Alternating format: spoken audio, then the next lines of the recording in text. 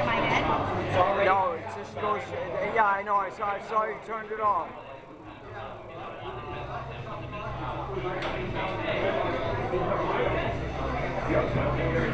We're going up here. And pay attention. Okay, everybody, can we get situated here?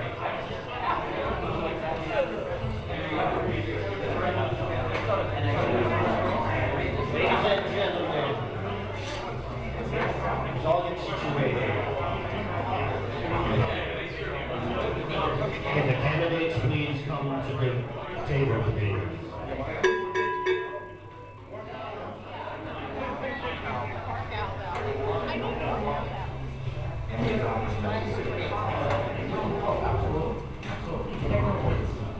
Thank you, everybody. Thank you so much. Could we all please stand for the Pledge of Allegiance over here? Ready? I pledge allegiance To the flag of the United States of America and to the republic for which it stands, one nation, under God, indivisible, with liberty and justice for all.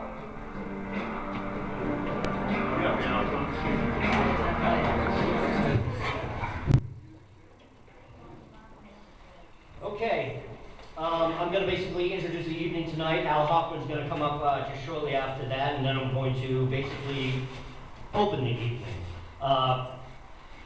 Basically what will happen here is the candidates will have 30 to 40 seconds to introduce themselves, their platforms. We'll basically go around in a round table here. And we're going to actually open the questions to the audience, to the moderators, immediately after I open up the evening. Now it's going to be kind of a free-form event that we throw together here. We have questions set up, and yes, please, all cell phones, please shut them off. We have questions, we have things set up.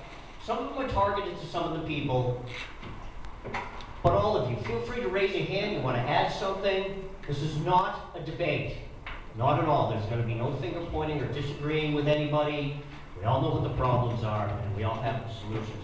Of course, everybody knows there are bathrooms in the back here. There's food over there. Please be cautious. We are filming and recording. If you have to walk in front of the camera, don't walk in front of the camera. Try to duck down or something like that. And then at about 7:45, we're going to take about a half-an-hour break. And Dave Kopaz, Red Pill Politics, will get his show started out there, and some more people are going to show up, and some more things are going to be happening there. And so feel free to go back there. And again, if you run out of food or you need to get another drink, just get up. There's no set. You got to sit there and stay there. So Al, why don't you come up here and say what you're going to say, and then I'll introduce the evening.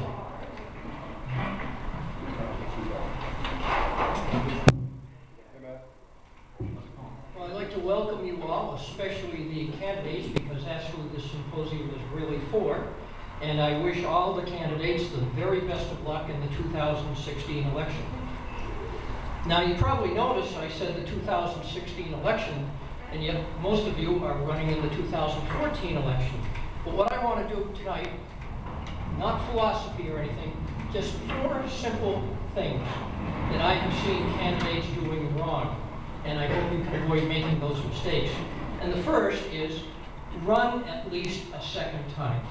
We've had many wonderful candidates who've been in this exact room and other places who had great issues. They got a lot of support. They built organizations. They didn't win. They maybe spent more money than they planned on, and they didn't run a second time. The second time, you can almost do nothing and do as well and not cost a lot of things, maybe not have to give up golf and fishing for the whole summer.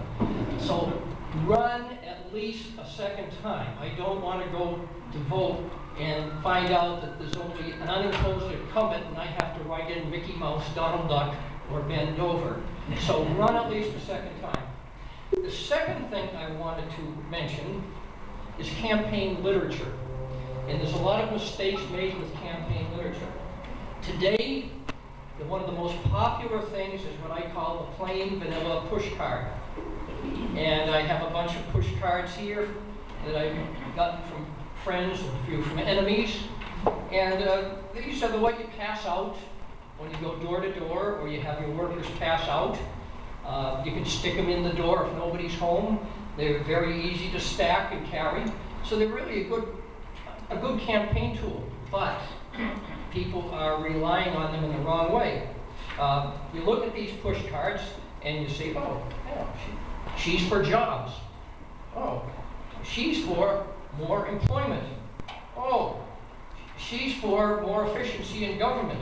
Oh, he wants to clean up Bacon Hill, and so forth and so on. And when you look at these push cards, and I look at many of them, I see the ones from my friends, and then I see the ones from my enemies or the opponents. And if I didn't know the people and know the issues, I couldn't tell the difference, because these push cards are basically designed for the people who vote like they're voting for 7th grade student council. And we're in a much more serious business than that. So I understand you got to use these, you got to get them out to the general public first, but every candidate needs some substantial literature that talks about the issues. And when you find somebody who might be on your side, you've got to give them the issue literature. You can't rely just on the plain vanilla postcard. You need to win more people than the ones who vote for 7th grade student council. Third thing of the four is websites. Now, the last time I ran, I didn't have a website. Of course, that was 30 years ago when nobody had a website. Today, everybody's got a website. You know, back then, Al Gore was still living in his mother's basement trying to invent the internet. Every candidate needs a website. And I don't mean just Facebook. Facebook is important too, but you need an actual website. And then there's two big mistakes that people make with their beautiful websites. I look at one and I see it, oh, that's great, that's wonderful. I look at it the next week, nothing's different. I look at it the next month, nothing's different. Stagnant website, you can't have that. You've got to have new stuff on your website every week, if not even more often. And when you have a calendar events page, I don't want to go to that page and see 2 items listed in August. Maybe you've only got one major speech in August, but you could be going to Starbucks at 7 a.m. to talk to the regulars. You can be going to the nursing home at 1 p.m. to talk to the elderly. You can put all those little events on your campaign events page, and you need to do that. The fourth thing, and last, actually applies not only to the candidates, but to the rest of us, the voters. And I've seen something very disturbing, particularly this time. So many people I've talked to, regular voters and candidates, are planning to vote for the wrong person. They are planning not to vote for the person they agree with most, not for the best candidate, but in many cases they're planning to vote for the one they think can win, or the one who can help the party the most. Now, it doesn't matter which party you're in, whether you're in the party of principle, the party of naivety, or the party of evil, or the party of stupid. Any one of the 4 parties and other small ones we have in Massachusetts, it doesn't matter. Always vote for the best candidate, particularly in primaries. I'm very disheartened to see the number of people, including knowledgeable candidates, who are going to vote for somebody that doesn't really agree with them because it's some kind of a practical thing where they've had a lot of arm-twisting pressure from party people. So that's the final thing I want to say. Vote for the best candidate, and hopefully it won't be Donald, Mickey, or Ben. Thank you.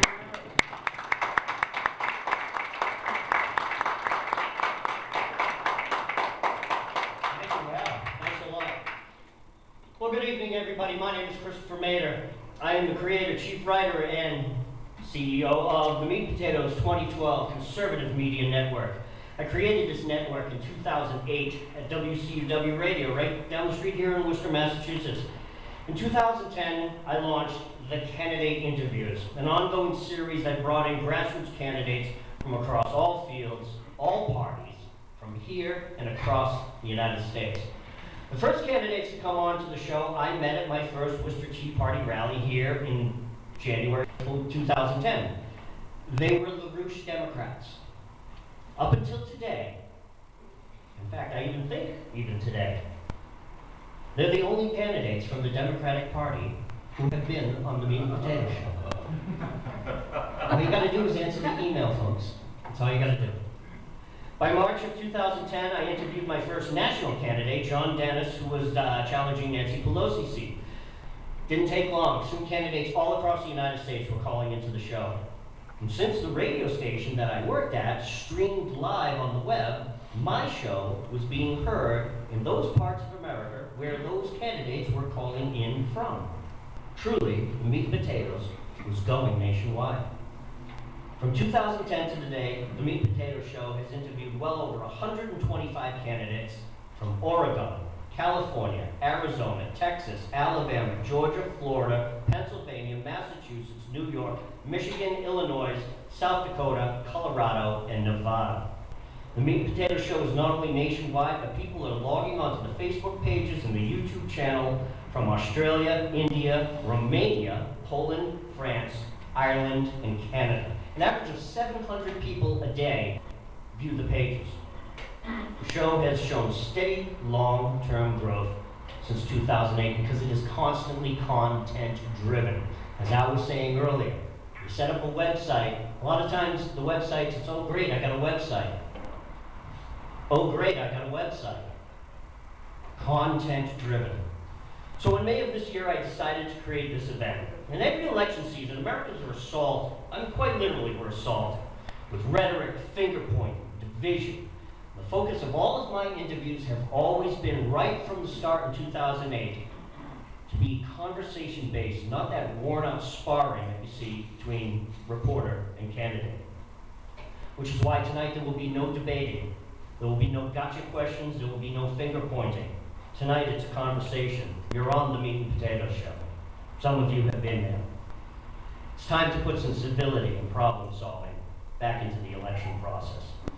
And I wish to thank everybody for coming here. And I don't say that just to be polite. I'm truly blessed. I'm truly blessed to have this type of a turnout. The responses from the candidates and the audience demonstrates the power of what one citizen can do to harness the change, to change the course of this great republic. I wish to pay special attention to candidate Brad Wyatt. Brad Wyatt, who has worked tirelessly in the campaigns for liberty, the local Tea Party, and of course his own campaign as well. This is Brad's building, and he opens it warmly to many of us for a host of occasions.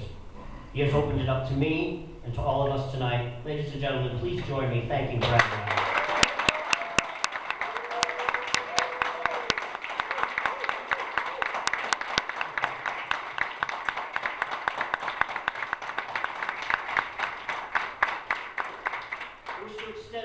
Thanks to the members of the Worcester Tea Party. These gentlemen were some of the first political guests on my show.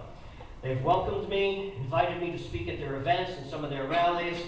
These gentlemen are great patriots. Matt O'Brien, Ken Mandeal. Is John here? John Nowicki's not here? Ladies and gentlemen, thanks.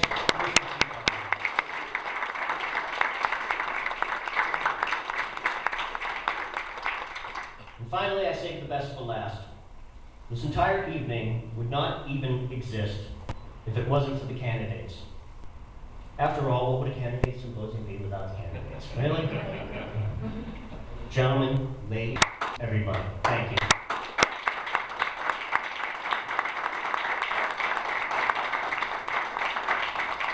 So everybody sit back, relax, be sure your seat backs and tray tables are in the upright position. Helmets and safety glasses are required. This is the Meat and Potato Show, conservative talk in Austin Rock. I am your host, Christopher Mader. Welcome to a Candidate Symposium.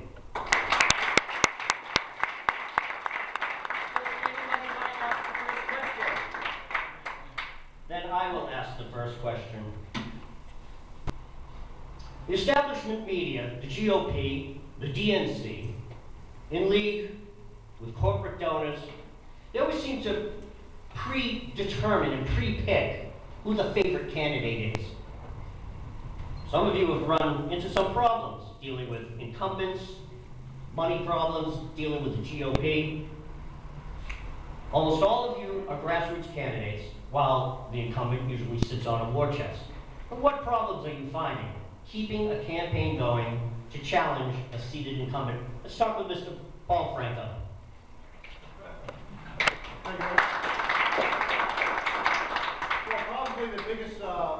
challenge against fighting an incumbent is money, raising funds.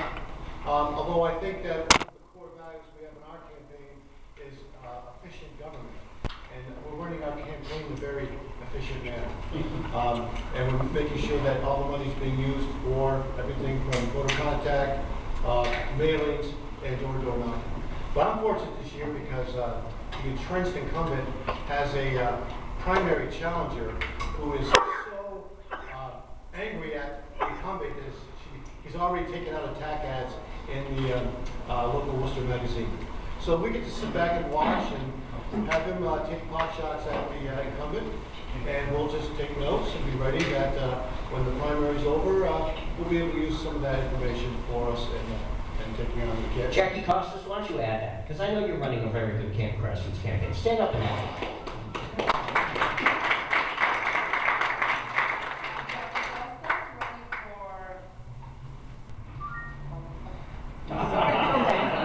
Take your time, dear.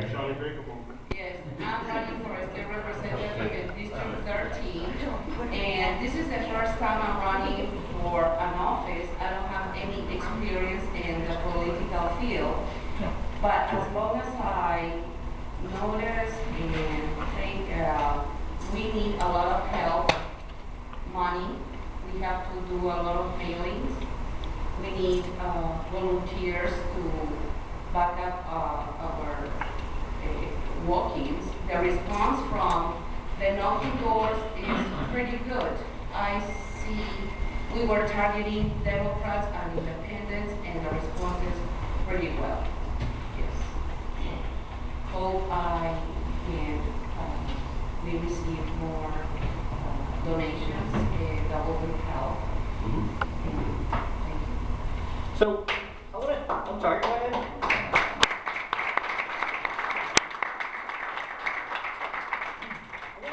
Mr. Fisher, do you think some of this adds to the aloofness of a seated incumbent? It's like they're sitting on a war chest. They don't really, because a lot of times I've talked to a lot of the candidates, they go out and they're grassrooting, they're knocking on a lot of doors, and a lot of the candidates who I've interviewed have said to me, I don't know who my state rep is, I don't know who my state senator is, they're never out here doing this. Do you think that sometimes these people sit there and they just kind of depend on that money? Because I know you're working hard to raise funds, so why don't you talk to us about that and add to it? Sure. And Mark Fisher, Republican governor. The first part of the question talks about the liberal media and the establishment of the party working together. And I sort of want to address that first. We kicked off in December. In January, there was a poll run by Purple Strategies, very credible polling agency. And we got 30% against Martha Coakley, 1 month out of the box. Okay? Wow. We have not had another poll where I'm run up against Martha Coakley since then. And the Globe does weekly polls, and they poll Kevin Falchuk, as well they should, and they poll Jeff McCormick, as well they should, against Martha Coakley. But we know we're getting more than twice what they get combined, but they won't put me up against her. So this is, there's no bias. But you got to keep a sense of humor. You got to keep a sense of humor. So last Monday we had a debate at the Boston Globe, and afterwards we met with the editorial board of the Boston Globe, and they asked me, Mr. Fisher, do you have any polling data that would suggest that you've got a chance in this race? It was a much longer question. I was smiling all the way through it. And when she finished, I said, actually, we do.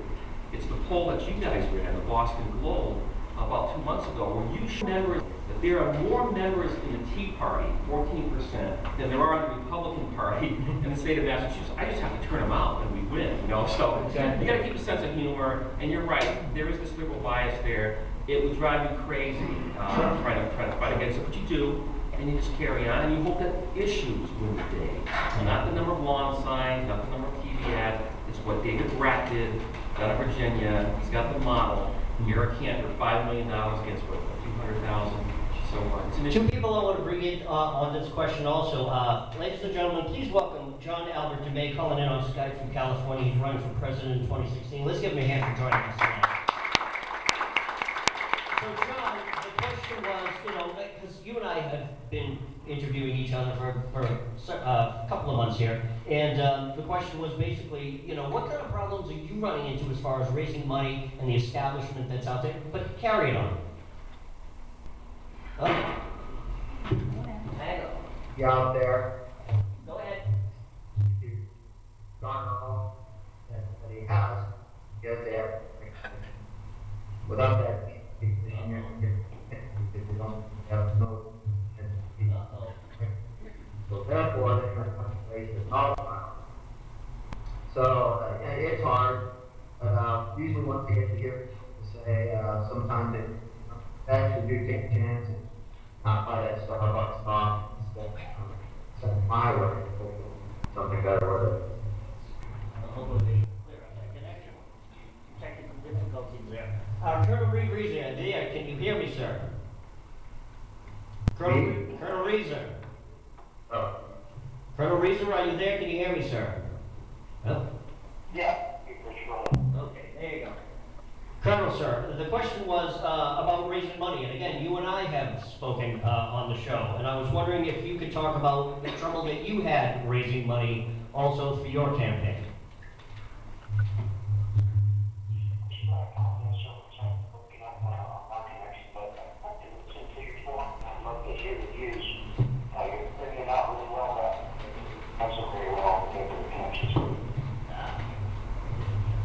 That's too bad. That's too bad that we're having trouble. I apologize for that, folks. All right, Matt, why don't you come up and ask? Let's move on to the. Normally at these sort of candidate events, you'll find that they'll ask the classic question, you know, how much is a gallon of milk? This is a question I'm going to kind of rephrase, because the point of the question is a valid point, even though it's become sort of hackneyed and cliche. The point of the question is, how are you people, as politicians, a rarefied breed, in touch with the kitchen table issues of the average people in our communities? How do you understand the trials and travails of mom and pop have to make these hard decisions at the end of every day to make a too small paycheck extend over too long a month? Karen, you're nodding your head, so please. Absolutely. Hello. I'm Karen Anderson. I'm running for state representative in the 2nd Franklin District. And as a mother of 5 boys and 1 little girl, I do understand the needs of those who come through. And when I'm door to door with them, I have a young daughter. She's 3. And I understand those young mothers. I have a boy who's in elementary school. I have a son who's a senior football player at Mahar, our local high school. I have sons that are a graduate in college. I take care of my grandmother. Took care of one grandmother until she's 94. She's in heaven now. My other grandmother is 89. I still take care of her. I have been there taking care of the seniors and their needs. I also work with cerebral palsy. And with that foundation, I'm a surrogate. And I have dealt with those who have cerebral palsy and those who are deaf. And I have worked with those who have disabilities. And it's very important that if you're going to represent the people, first off, you need to meet the people. You can't represent them if you haven't met them. Secondly, if you're going to meet the people, it's not about me sending you my resume in the mail, because I'd be representing myself. What I'm asking is for the people to send me what they feel the important issues are. And when I'm out there door to door, I hear that. They're telling me I don't have the jobs. We went through this. They're telling me DCF is having a big issue. There are 29 DCF offices in Massachusetts. Greenfield has the worst record in the state. Greenfield supervises my area. Children are being removed at an alarming rate out where we are, and they're destroying good families because of the law and the lettering of the law. I'm out there talking with people every day, listening to what they have to say, because I'm there to represent them. I'm not representing a party. I'm not representing a narrow viewpoint. I'm representing the people, because our townspeople deserve to be represented. Thank you.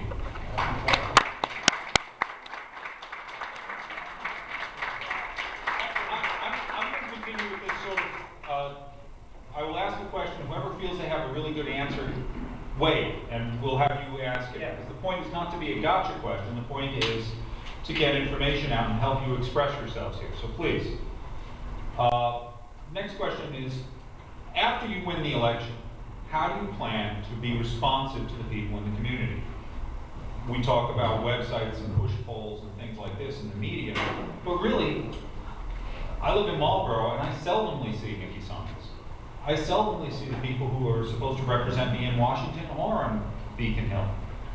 How are you going to maintain contact with local voters and local people so that you have firsthand knowledge of local issues. Sir. I'm Patty Dolan. I'm running for the 3rd Middlesex District as for state representative. I think that, it's very important, like you're saying, to stay in touch with those that you're representing. The only way you can really do that is like we were just mentioning, you have to stay in contact with them.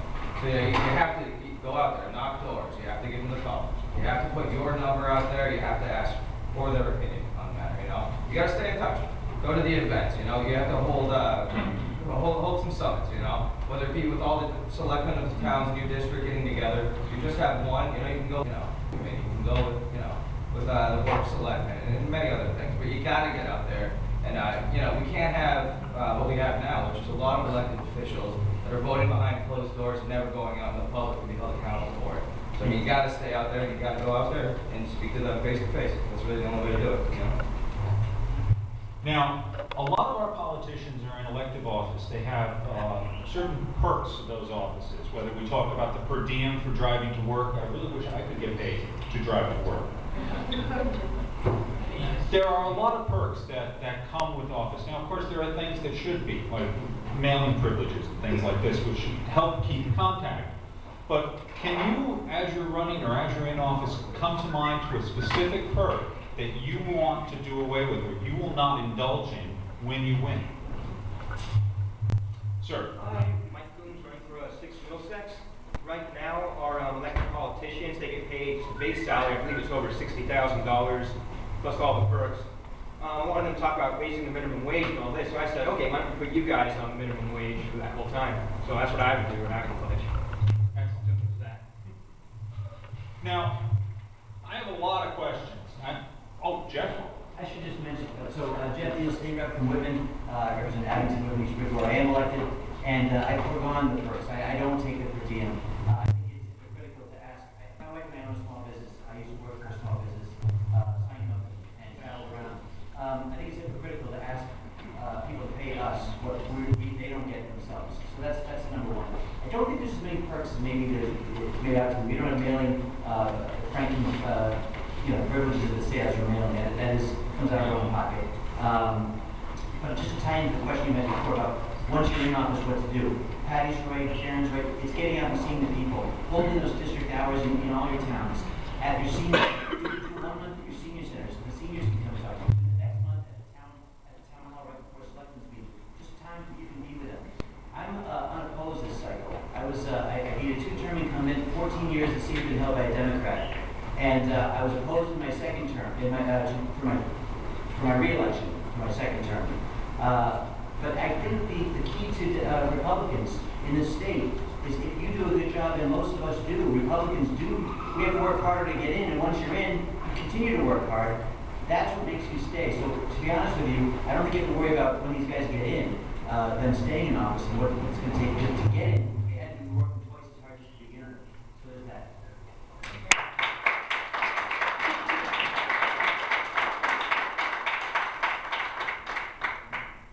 Matt, with regard to the perks, last November when we first heard about the Ball's plan to use office, I said if he went through with it, I wouldn't use it. I'm going to put yellow police tape across the door.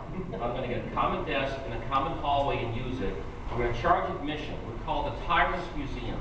And we earn $11 million from admission prices. Then I'll go in and use it. Excellent.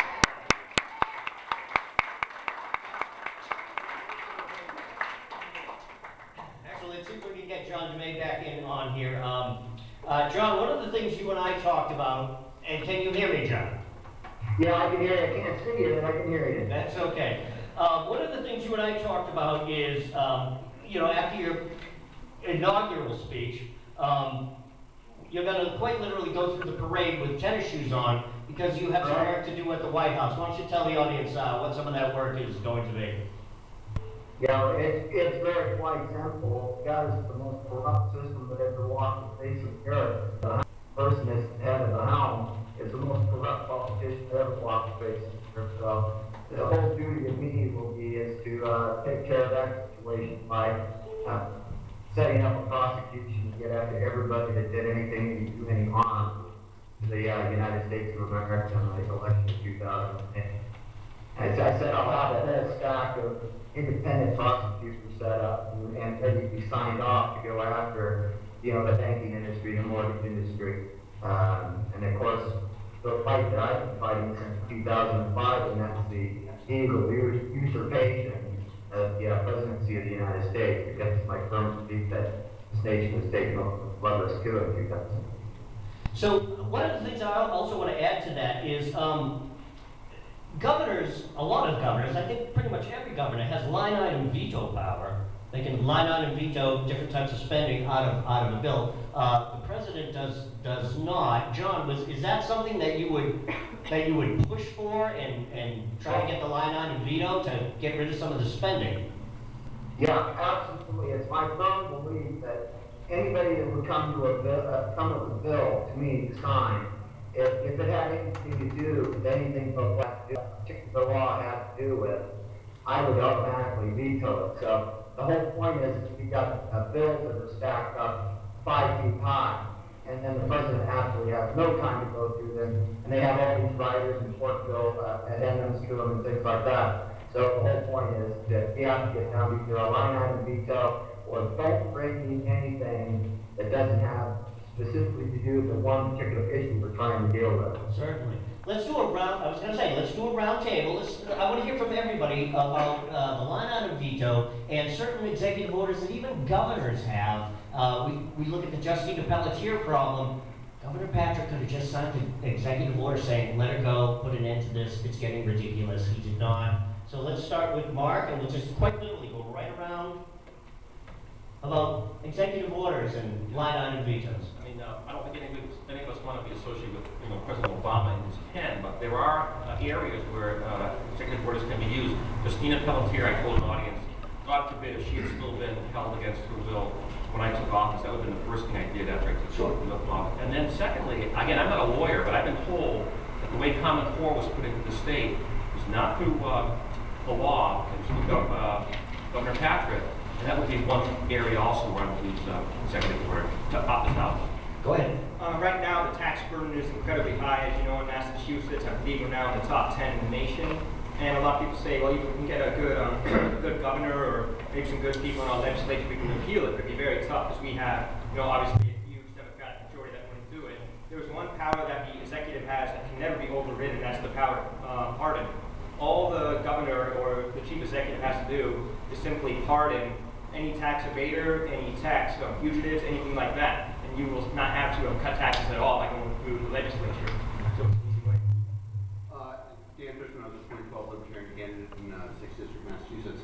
It's important when we talk about line item veto for the president to understand the history of the United States. In 1994, the Republican Congress gave line item veto to Bill Clinton. Really? Yeah, and what happened was Rudy Giuliani actually sued because Clinton had spliced some of the budget that was going to New York City. He claimed that that was a violation of the separation of powers. And he's right. The Constitution does give power first to the legislature. The executive doesn't have the right to do it. The Supreme Court ruled. Wasn't Giuliani the suit?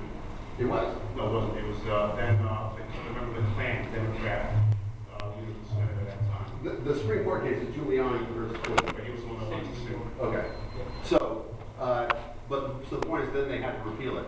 So if we want to give line item to the president, it's going to require an amendment to the Constitution. Now, I do support that. I think the reason that states have, one of the things people don't realize, I know Deval Patrick's fan, but Deval Patrick actually cut spending more than the last 10 governors because he had to, because the tax revenue shrunk so much. That's what a balanced budget does. It makes a tax and spend Democrat live within their means, and that's what we want. If we want to have something like that happen, we have to find the will to do it. Now, how do we amend the Constitution? We know what has to be done. That has to be done at the state level, state conventional party. No way to do that. Mr. Franco. Yeah, Paul Franco, a candidate for the 1st Worcester Senate District. Well, I can't add any more on the federal level, but my plan would be to get elected and sustain the next Republican Massachusetts governor's veto. And that's the way we're going to make some changes in the state. Mr. Locke. Hi there, my name is John Locke. I'm a candidate for state rep in the 32nd Middlesex District. And I think that the presidential line item veto sound really, really good until this past presidency. And I can just imagine if we submitted some sort of, just hypothetically, some sort of immigration deal that included border security, that'd be the first thing to line item veto from this president.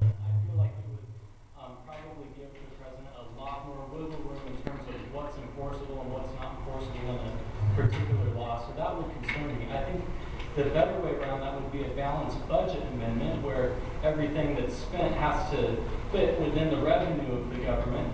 And then beyond that, the laws that come on the desk should either be vetoed or signed in full.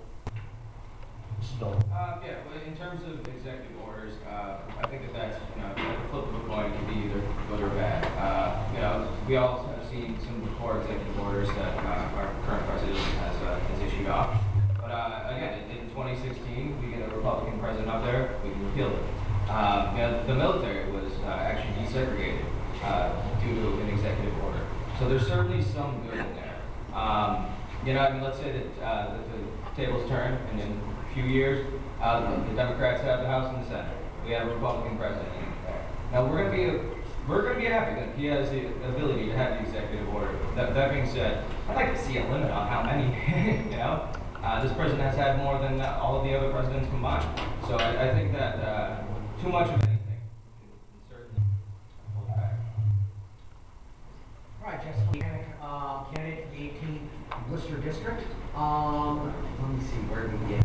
As far as the line item veto goes, as was mentioned, the Supreme Court has essentially ruled that it is unconstitutional. And I think a better way to possibly limit abuses by either the legislative or the executive branch in regards to particular bills is possibly passing an amendment that would require that all attachments, amendments, riders to any bill are germane to the actual original legislation. That will prevent essentially porking or stacking rather each bill and adding fluff to it.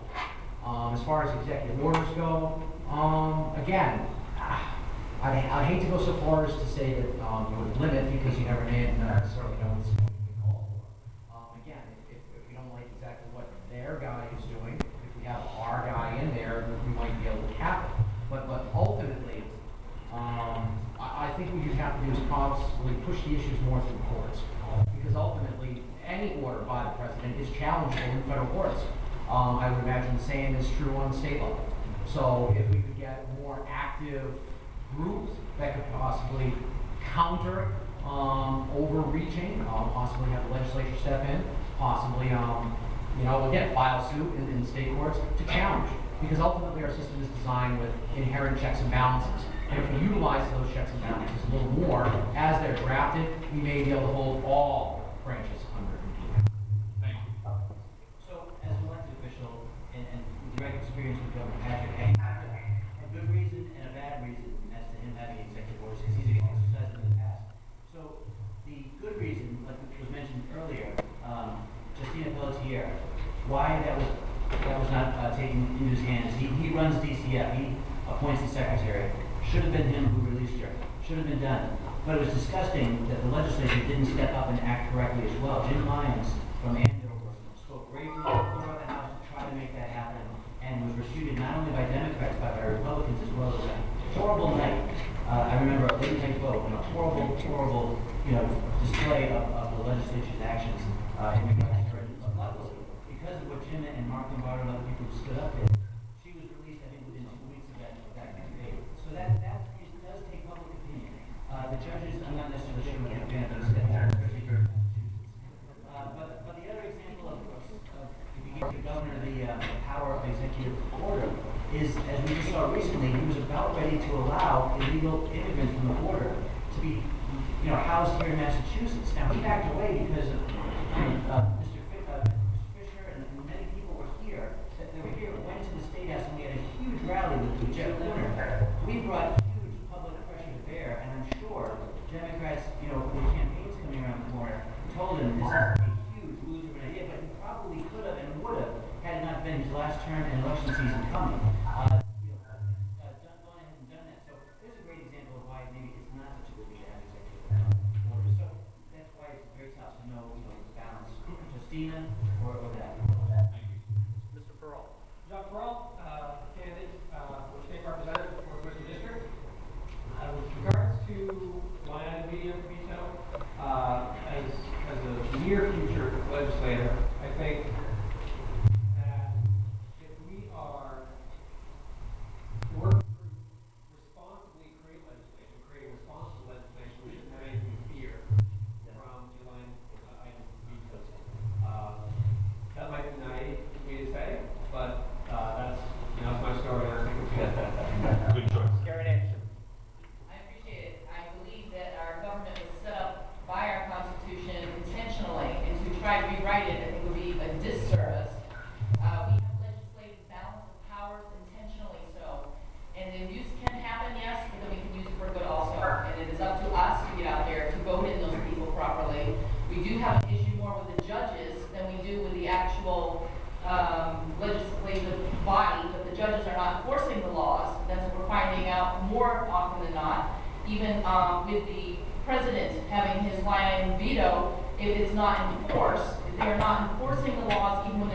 Symposium, that's where our travesty is. We have a law in books right now that if you are caught with a firearm in your vehicle and you do not own that firearm, it's a 1-year mandatory sentence. And yet, very few judges are enforcing that, and they're going out, and that's the kind of laws that should be enforced.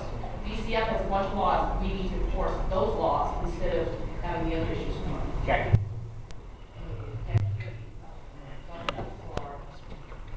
District 13, I really believe the borders have to be secure. I understand the media, the left media are showing baby crossing the borders. The real truth is that teenagers from the very vicious and dangerous gangs coming from Central America, crossing the borders, reaching our society. And St. Patrick is welcome those people and melting in our cities, and that's not possible.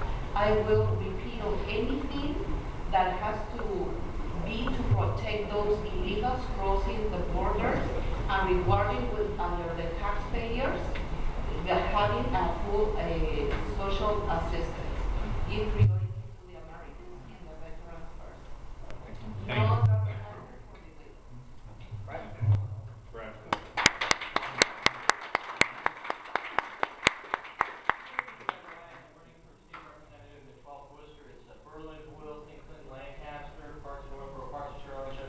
Anybody in those towns, please check out my website.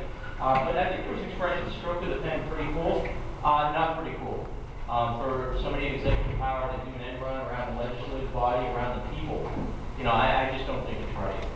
So that's where I stand on that. However, my focus is just like Paul Franco. I'm trying to get enough state legislators up there so we can withhold, sustain a veto, and actually get some debate on Beacon Hill instead of just the controlled power by very few doing what they want. Thank you. Thank you.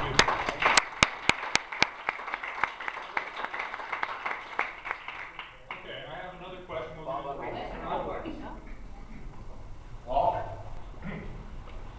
To change it would probably require a change to the Constitution. But the problem goes deeper than the line item veto itself.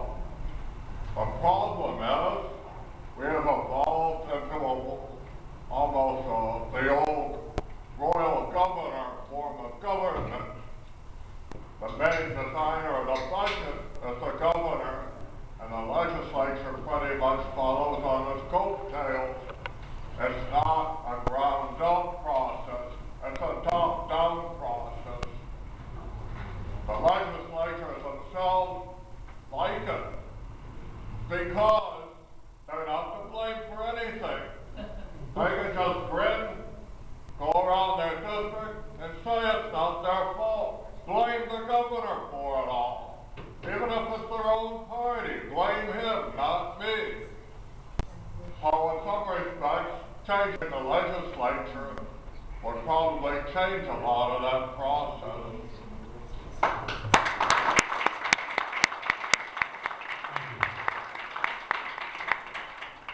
Now we've asked a question about the parameters of executive power, and let's again go back to the idea of whoever has a strong, passionate answer on this as to the limits of legislative power. Are there areas where the legislature should not be writing laws? Are there things that should be a limit, that should be outside of the government? Are there ways and methodologies that should be prohibited, if not explicitly, but at least tacitly by tradition?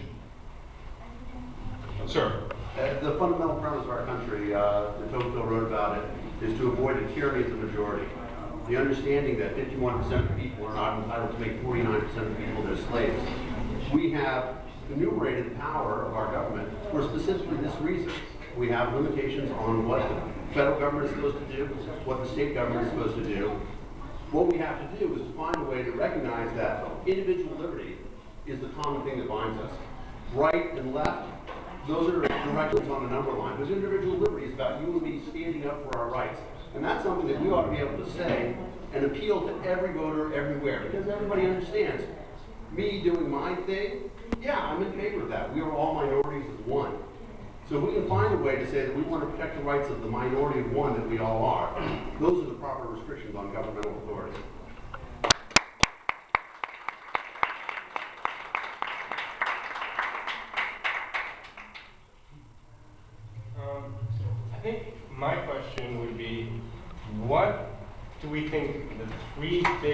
problems in our A state and B nation are? Anybody?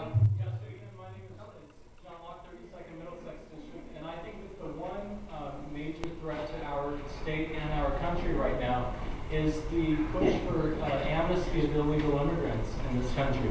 I feel that it's a big push by the Democrats, and I think it's a little ironic because I think it would do tremendous damage to a lot of issues that they've championed in the past, like the education of the students that they would then be studying with, the crime rates, the prison system, even the to the prison, even some of the terrorism that might occur. So I think that that's the biggest threat that we have to push against. There are 3 laws queued up in the State House that have very benign sounding names. There's a Safe Driving Act that would give driver's licenses to illegal immigrants. There's the Trust Act that would prevent people from being deported unless they had been sentenced to more than 5 years in prison. And there's this special juvenile bill that would allow people legal status for claiming that they had encountered violence in their home countries even. So I think that we can't afford it, and I think it would do tremendous damage to our society. So that's the one, that's the biggest problem I see in the state and national. You first, and then you, and then you. Let's get John DeMay to talk about it too. And this is about the illegal immigration problem? Yeah. Well, it's what are the 3 biggest problems to our nation first, and then to our state second? Well, first thing I can see right now is gaining control of our national government back again with a separation, a clear separation of powers from all 3 branches. I think that's the first thing. And as far as the security threat that we've got going on right now, we've got 92 million Americans that are even not looking for work right now. They're not even included in the employment numbers. The point is, we're going to have another 80 million or so illegal immigrants tired of humanity coming across the border competing for those same jobs. And we definitely have to do something right now to stop that tide of illegal immigrants coming across our nation. Now, we've got a president right now that's going to do the double shuffle on Saul and go ahead and grant amnesty to these illegal immigrants while Congress is out of recess. Of course, Barack Obama says if you don't like it, go ahead and sue him. Well, folks, I've tried suing this guy about a dozen times already, and I still have a couple of suits actively right now from the Supreme Court of California, and we're not going to make any headway there. So we're definitely going to have to do something to stop this immediately, and we're going to have to do that at the state level, federal level, even though it's Barack Obama. So as far as I'm concerned, I don't see that any political and children coming over from Guatemala. I mean, this is planned, conceived, and being carried out by the government in an attempt to water down the electorate. We're never ever going to be able to get it ourselves ever again. So it's definitely destruction of our republic if it allows us to happen. Hang on there for a minute. One of the things that I had talked about to some of the candidates on my interviews was that, as American citizens, we have to jump through hoops. We have to get birth certificates, immunization records. We have to get all our ducks in a row, fill out a stack of paperwork, just so that our kids can go into school, August 30th or September 2nd or whatever it happens. But now there's a push to just all of that for these other children. That's all going to be somehow waived. And running for governor, Mr. Fisher, I want to hear how you're going to handle that problem. I have the three items, state and federal. The question you just asked, Chris. About how we as American citizens have to get all of our paperwork together in order for our kids to attend classes in September. We have to fill out all sorts of forms to make sure we got checkups, birth certificates, identification, addresses, phone numbers. All of you are parents. You all know you get that stack of paperwork you got to fill out 16 times, but yet these children are going to just somehow be given a pass. I mean, who do we contact? They get sick. Well, I mean, how are we going to deal with this? Yeah, we do what Governor LePage has done up in Maine, which I've been advocating since December. We turn off the benefits, and they sell them for $9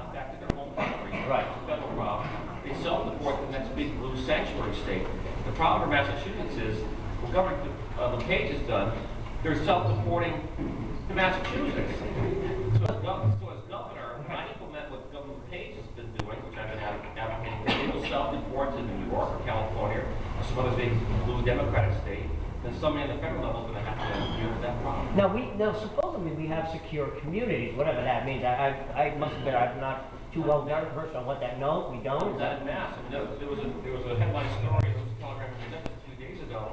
Our driver's licenses don't fit the bill with federal buildings and federal agencies. That's different from secure communities. It's different communities. Alex, why don't you get in here and talk?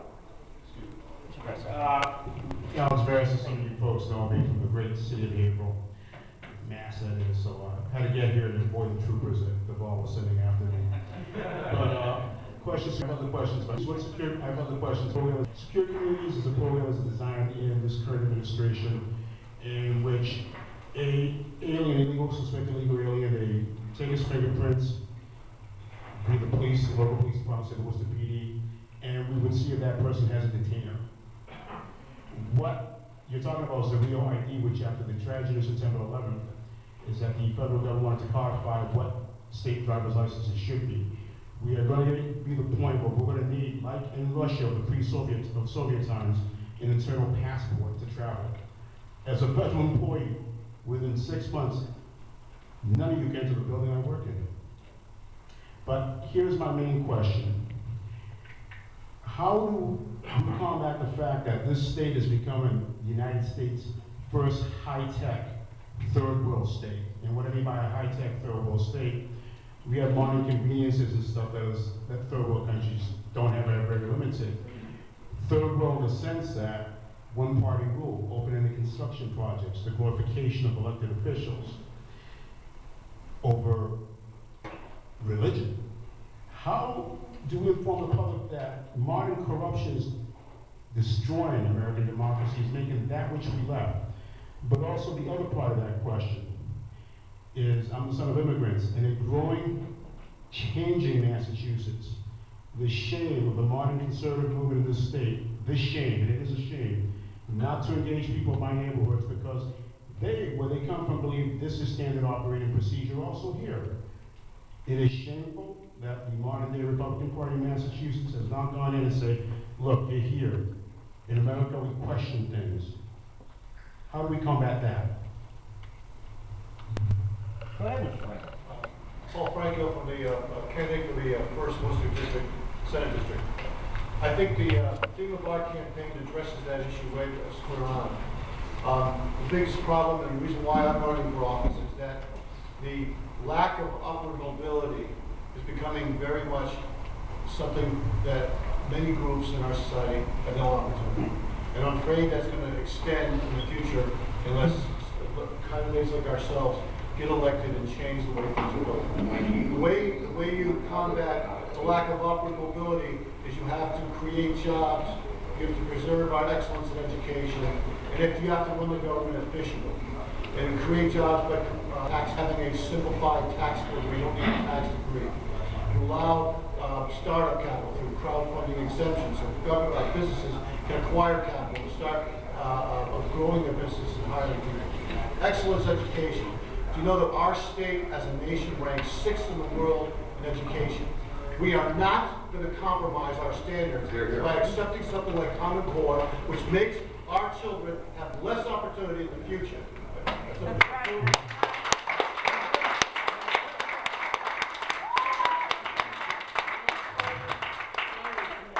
We have to run the government like we're expected to run our own lives. Okay, we have to make sure that bills are paid on time, obligations are met, and also, more importantly, that laws are put online so we can review them, that laws have a cost-benefit analysis, so we don't waste our time with archaic laws and laws that can't be comprehended, and laws must have sunset legislation attached so that we can evaluate whether they're effective over a period of time. We have to get the government in order before we can expect other people to have their lives in order. And I think that once we show that opportunity, that we are the party of opportunity, all ethnic groups, all sectors of our society will come behind us because they're with us on that. Yeah, you get every one of you. I like each and every one of you to provide an answer, I'll end on this point, that the modern Democratic Party is the biggest threat to American democracy. All right, hang on a second. Hey, do you think you can... Don't let the public stop them, guys. Okay. Do you think you can spool up number 3, the one that with Gutierrez on there? I want to see if we can play that video. The one with Gutierrez where he does the press conference there. Not that one, the one before, Gutierrez. See if you can spool that up. Well, he's queuing that up. Yeah, go ahead. Sure. So, because I filed a bill, this is a simple solution to immigration. It goes back, we do things like 100 years ago.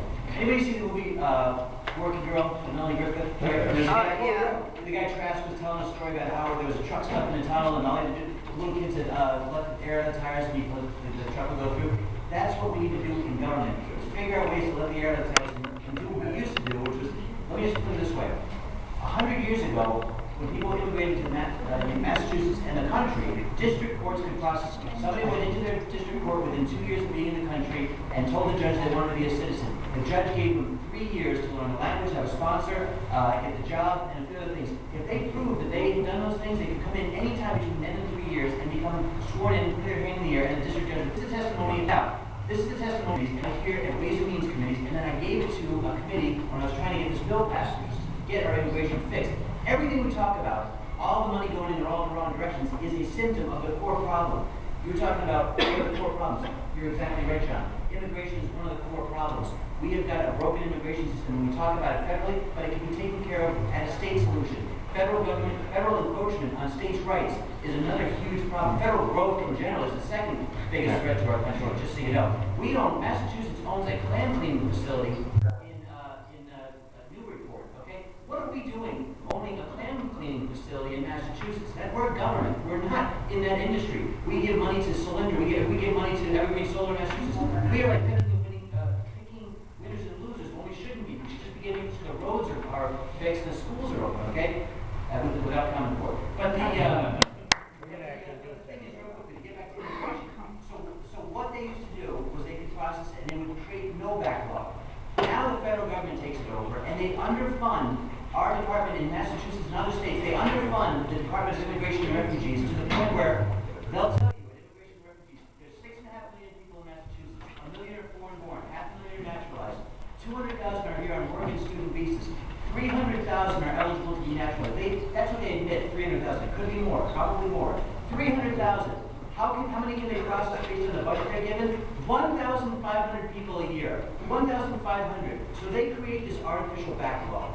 They create it so they can have 2 things. The Democrats can have a permanent system, another class of people who are dependent on government system to give them the vote in exchange for those benefits, and big corporations benefit by having labor that works at half the rate for twice the hours. There's 2 big entities right here that are working against immigrants. And Republican parties are not against immigrants. We're for doing it legally, and we're for fixing the system, in my opinion. Let me stop you there. Kenny, you got that spooled up? Because that's very interesting what Gutierrez says. And crank it up, too.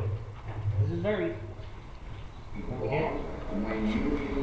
When public policy is defined through electoral goals and the goals of a party, then human rights and civil rights always suffer. We must put the rest of the people ahead of benefits that we might construe come to our party. But let me just say, in about an hour, I'm going over to the White House. I'll be meeting with Jay Johnson and the Chief Legal Counsel to the President of the United States. We're going to sit down and we're going to negotiate additional terms and avenues the President can use in prosecutorial discretion. And I think we can get 3 or 4, maybe 5 million people. Okay, let's stop it right there. Stop it right there. See what he just said? 3, 4, 5 million people. Getting back to what Mr. Deal just said about, is this what the Democrats are planning to do? Bring all these people in so that they have a permanent welfare state, a permanent voting bloc, a permanent staff of ready-made Democrat votes that are coming in for them. Anybody want to answer that? Anybody want to take that one? I think they are planning to turn this country definitely into a communist system. Yeah. Interesting. Go ahead. Because I can understand which country in this planet will allow what's happening here, crossing the borders and living under the... What would happen in your country from Peru during when the communists took over if somebody came in illegally? What would happen to them?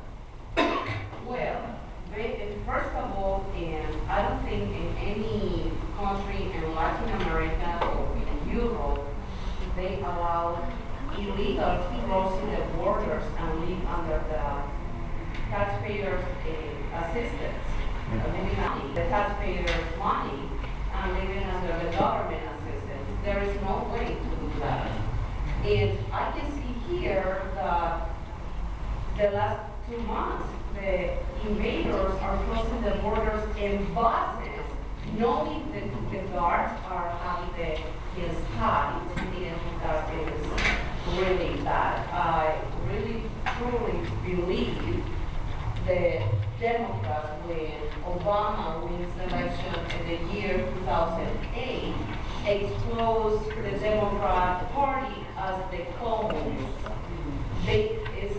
It's clean and clear. There is no socialist, used to be like socialist party, but leaving Obama exposed the Democrats as the communist party. For me, is one quick thing that I find resonates if you're trying to talk about this issue with Democrats who are concerned because they say, oh, we have to take care of them. When we talk about amnesty, we're talking about punishing every law-abiding person who waited in line to immigrate appropriately. I'm second-generation American. My parents, my grandparents had to wait in line to get the permission to come in there. All we want in the system is fair. All we want in the system is fair. And we're not going to try to punish everybody who tried to follow the law and be a good citizen. And amnesty does that. Let's move on the subject. Go ahead with the question. We'll be taking a break soon, but we want to get a few of these people up here. Rich O'Boy, Worcester, Massachusetts. In 2012, in the National Defense Authorization Act, a couple of sections were added which authorized the U.S. government to indefinitely detain persons on U.S. soil suspected of being involved in terrorism. So no rights for the person who is accused. Now, there were attempts in Congress. In fact, our entire delegation in Massachusetts voted to remove those sections. It didn't end up winning in Congress, but we do have allies in our own Congress who apparently believe in the right to due process still. It went to the Supreme Court, there was a lawsuit, and the Supreme Court refused to hear the case. Now, we've tried state legislation, and it hasn't gone anywhere. Do we give up on the right to due process? Do we give up on the Fifth Amendment because the Supreme Court wouldn't step in, and because Congress wouldn't step in, and because the state legislature wouldn't fix it? Do we try something else, and what is that? Do we just give up on due process? Go ahead, Pat. So yeah, I mean, I think that the main way to prepare this is do exactly what you're doing, Rich. You're getting out there, you're activating people, you're spreading awareness. You know, that's where it's tough. We can never give up on law or on due process. Those are the inherent fundamental principles of our country. We can never give up on that. What we need to do is activate against it. We need to organize volunteer groups. We need to get in good, learn how to fundraise on a higher level, so we can actually go out there and be self-sufficient in spreading the message. I think that's certainly the way that you do it. You can't give up. Do we pass a law, and what level of government, local, state, federal? How would you address it legally? I don't even think it necessarily needs to be legislated. I think that independent groups, the Tea Party is a great example of a group of individuals getting together and going to make a change. I think that if you start legislating it, that's when it starts getting abused. Let's get Jesse in first, and then. Well, what I like to do, because I know there is a movement on a town-by-town basis, where individual towns are making changes to their bylaws, basically ensuring that due process on the local level will be maintained. So what I would like to see is I'd like to see that trend continue. Instead of DC, what's happening on DC, keep the grassroots out there, keep putting pressure on the local towns, because ultimately that's what's going to spread awareness and have maybe potentially for the first time have a bottom-up transformation. If enough towns go that way,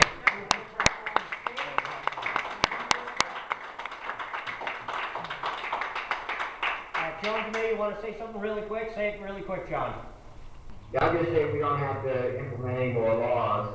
You just allow the Constitution to be adhered to and abided by, and we can take care of everything we can take care of. Abstract, whatever. We as people, we have to make sure that we hold their feet to the fire and make sure they do what they're supposed to do. Excellent, excellent. Next question. Go ahead. Hi, Hi, my name is Dan from Worcester. As a high school senior, I was wondering if you had any solutions onto higher education in the realm of affordability and accessibility. Go ahead. Mr. Fisher afterwards. I'd like to hear from you I on have a real quick one on this, and it's obvious. One of the important principles in the United States is that you have the right to declare bankruptcy, that you can walk away from your debts, and when that happens, you can suffer the consequences of having a bad credit report, etc., but you should be able to walk away. The federal government has taken away your right to default on your student. If we want to restore sanity to this, let's restore the idea of risk involved in money lending, and let's say that students can default on their student loans. You will immediately say banks say, hey, maybe we should be a little more cautious about this, because right now the banks are giving out the money knowing that they're going to be paid back. There should be risk involved with money lending. All we have to do is restore the people's right to default, which should be guaranteed, and we can solve a college cost problem. Two quick things on this. For those who want to go to college, try to make it affordable, I'm going to address that a little bit later. I think we push too many kids to college, saying it's the only path to success, along with all the debt that goes along with it. When I was in middle school, we had wood shop, metal shop, vocational skill programs, home economics. A lot of that's gone by the boards. It doesn't exist anymore because we're teaching to the test, we're time on task, and kids who would do well in those areas aren't being exposed to it, and they can't test what gifts and talents they have, and so forth and so on. We need to bring that sort of thing back, and these kids who don't have the ability to test those areas are being forced into college and all this other debt. I think that the government loan program has subsidized colleges and forced artificially these prices to go up. Colleges know that the kids can help pay for colleges and there's no competition. The price is low. So I think the government, we talked about what role does government have to play, where should it be involved? Subsidizing college education, it's investment. It's an investment. If you think it's worth the price, why do you pay for it? Mr. Locke. I just wanted to say the worst possible thing you could do to address this problem is forgiving student debt. That's right. Yeah. That would encourage people who can't afford to go to the Ivy League schools to go anyway, and it would punish the people who looked at their options and decided to go to a community college or a state college because that's what they could afford. And so I think that with real market pressure on these schools that are basically profit-driven entities, that those prices will come down. The worst thing to do is forgive the student debt. So I would agree 100% with Bishop. In Leominster, at the high school level, they have this great program called Center for Technical Education Innovation. At the high school, a Voc Tech, with a great Voc Tech, but at the high school itself, they have a program where maintaining grades to a certain point, they line you up with an internship or something with local something that you think you might want to, pursue an education for in the future. And a lot of kids say, yeah, this is perfect. Others say, I would waste a ton of money in college, but that's absolutely not what I want to do. So I'd like to emulate that. We're going to have to worry about that. Another thing I'd like to do is sort of get people thinking that you don't need necessarily 4 years in college, maybe a 3-year program. Because I know a lot of this experience, experiential, a lot more fun in the first year of college, but a lot of it is basic stuff, or stuff you already did in your senior year in high school. So we make it cheaper by eliminating a whole year, which in my opinion doesn't really do much.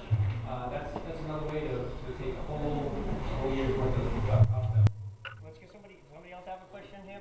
We're coming up to about 8 o'clock, so let's get this question in. Susan Serpa from Worcester. My concern is ever since 2001, we've seen a growing increase in a